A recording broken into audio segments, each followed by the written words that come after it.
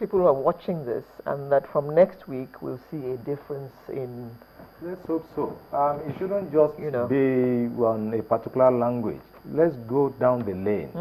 Let's translate Pidgin, in Igbo, in Hausa, Yoruba. You know, everything. Let people understand what it takes to vote on that day. A lot of people don't know yet. Okay. And that's the minus for media. Okay. Now the code also is saying that the journalist should be respected.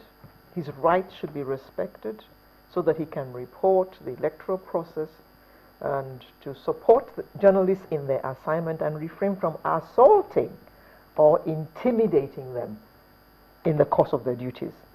Now, we have seen some of that happen. Some have, in fact, our own Charles Eruka is still not back. He's still, he was injured in the course of very unfortunate incident. So how much do journalists encounter such intimidation and, fall into danger in carrying out their duties? It's one of the hazards of our profession.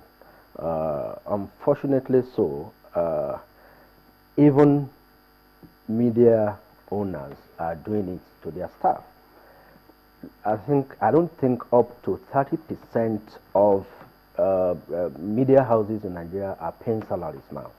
Some are owing as much as 3 to 9 months salaries.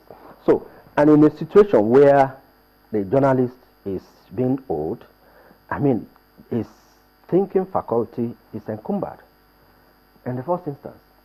And Yoruba would say, if there is no food in your stomach, the thinking right will become a problem. Yes. So, from there, I think we should look at, the NUJ and other professional organizations, the Guild of Editors, they are doing a lot of stuff on this. But then, I think it's also a function of the state of our economy.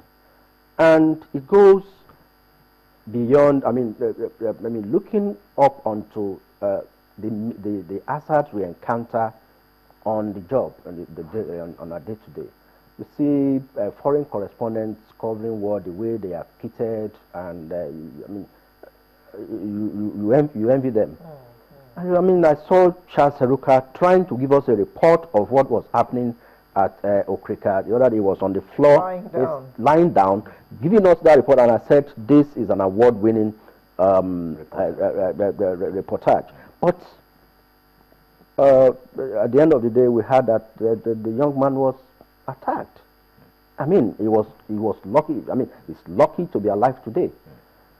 Why would somebody go and attack a journalist for giving harmless journalist for giving information?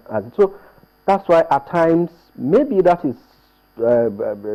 why in some instances, if you are doing some analysis and it's tilting towards the fact that a particular that does not favor a particular party, then you want to caution yourself, because this is the first time we are going to have a keenly contested election in Nigeria that might actually lead into a full circle democratic process.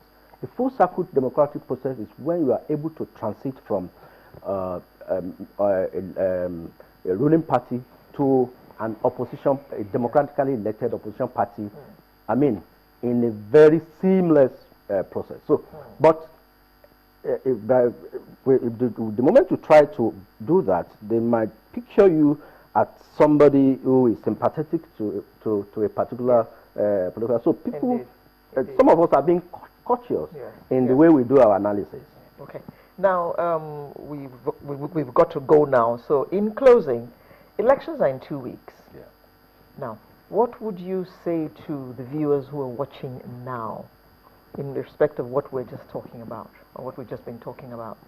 Well, one, I'll tell the viewers, mostly electorates now, that will be voting on that day, they should be patient. They should go through all the orgs, whatever INEC asks them to do on that day. Be patient enough with INEC. All will be well. And we don't have any nation except Nigeria. And it will be well with us. As a passing shot, I think I will expect a situation where both the opposition and the ruling party will understand that whichever way it goes, we have a country called Nigeria that will continue to remain so, and that they should allow the process to go the whole hog. And also to say that I am from Ekiti State. It is not, I mean, my parents, my dad and mom, they are still alive. My mom is 73, is not wearing Pampers. And my dad is 76, is not wearing Pampers. It's not all the grandfathers and grandmothers that come from Ekiti State, as some people are trying to make people believe that we wear the Pampers. Oh my God. Thank you very much. Thank you.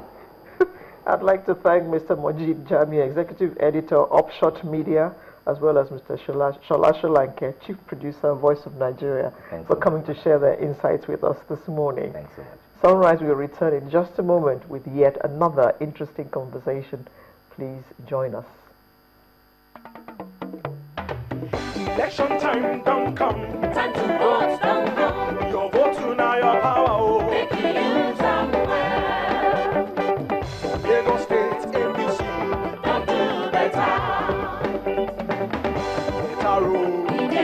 Transport. Be there. Better school. Be there. Hospital. Better